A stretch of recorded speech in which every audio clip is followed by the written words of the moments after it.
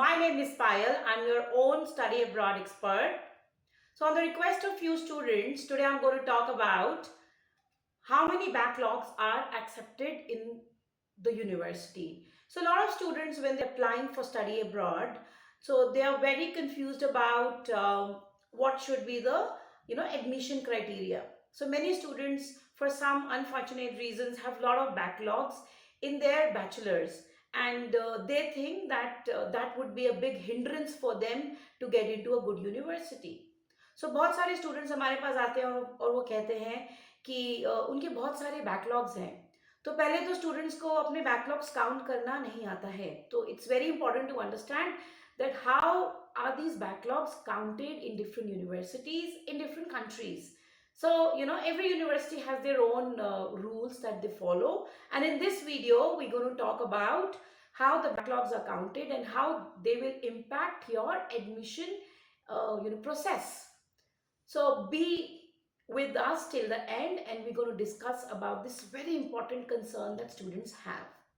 So first of all, let's try to understand what are backlogs. If you're not able to clear your exam in the first attempt, that will be considered as a backlog. So in few universities, a backlog is counted as the number of attempts that you would take to clear an exam. So number of attempts would be taken as a number of backlogs. So for example, if you could not clear one exam in the first attempt and you had to write it 3 times till you actually cleared the exam, then the number of backlogs would be counted 3. But in other universities, the number of subject backlogs are counted as the total number of backlogs. For example, if you could not clear 3 subjects, now it doesn't matter how many attempts you took to clear those 3 subjects, but that would be counted as 3 backlogs. So different universities in different countries have different rules. So let's try to understand what are the rules that are applicable in different countries. So normally, up to 5 backlogs are easily acceptable by most of the universities in almost all the countries. So when you talk about UK, so there the number of subject that you have failed in would be counted as the number of backlogs. So if you have failed in one subject and you might have written that 3-4 times to clear, your number of backlogs would be considered 1 only. And few universities of US also work that way. So they also consider the number of subject where you failed as the number of backlogs.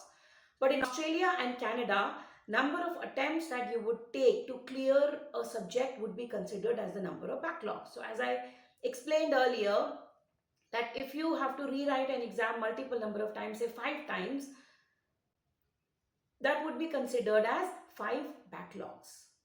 So if you have active backlogs, you cannot join the university. You will get a conditional offer letter where it would be stated that you should clear your backlogs before you commence your program.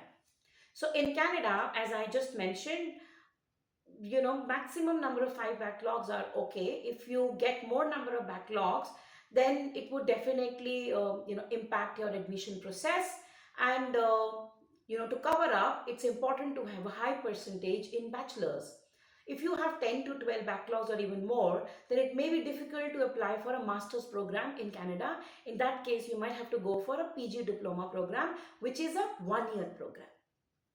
So usually when you're applying for a bachelor's program, you should have less number of reattempts. So you should be able to clear all your exams in the first attempt. So maximum 2 backlogs are accepted for a bachelor's program. For master's program, even if you have more number of backlogs, it could be acceptable. So in UK, if you're going for bachelor program, as I just said, you should not have more than 2 backlogs. But for master's program, even if you have 10 to 12 backlogs, a lot of universities would accept you. So if you want to do your bachelor's, you have to make sure that you don't have a lot of backlogs, maximum 2. And if you want to do your diploma program, then also you should not have too many backlogs, maybe maximum 2. But if you're doing your postgraduate program, your master's, then up to 5 are accepted. So in UK, as I just mentioned, that for bachelor program, you can have maximum 2, but for masters, even if you have 10 to 12 backlogs, you can still get a good master programs in a good university. Now, when we talk about New Zealand, most Kiwi universities, do not accept more than 5 backlogs. And if you have 10 to 12 backlogs, then it's definitely going to impact your admission process. And then you should get a good score in ielts, which is an English exam that you need to write. And also you should have good extracurricular activities to compensate for the backlogs that you have.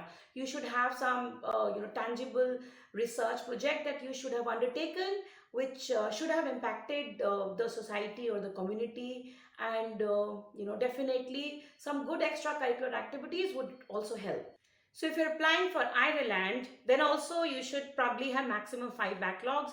But if you have 2 or 3, it is pretty decent and it's acceptable. So having backlogs is not a problem at all, as long as you don't have too many of them.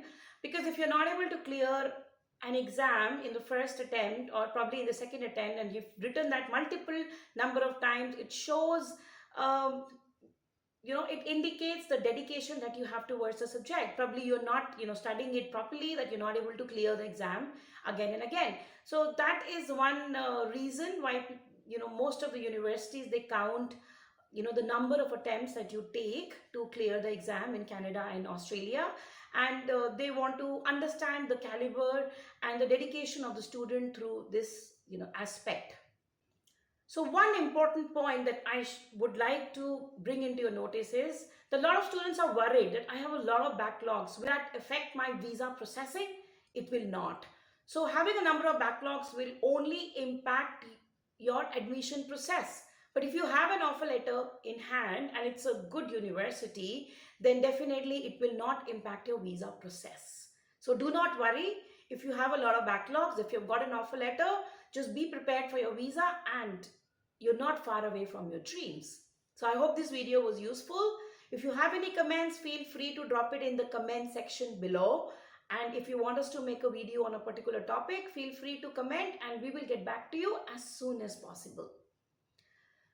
So stay tuned in with us for all the latest updates on different courses, universities, and important tricks and strategies related to IELTS and other exams. If you haven't subscribed to us till now, do not forget, subscribe to us right now. Thank you.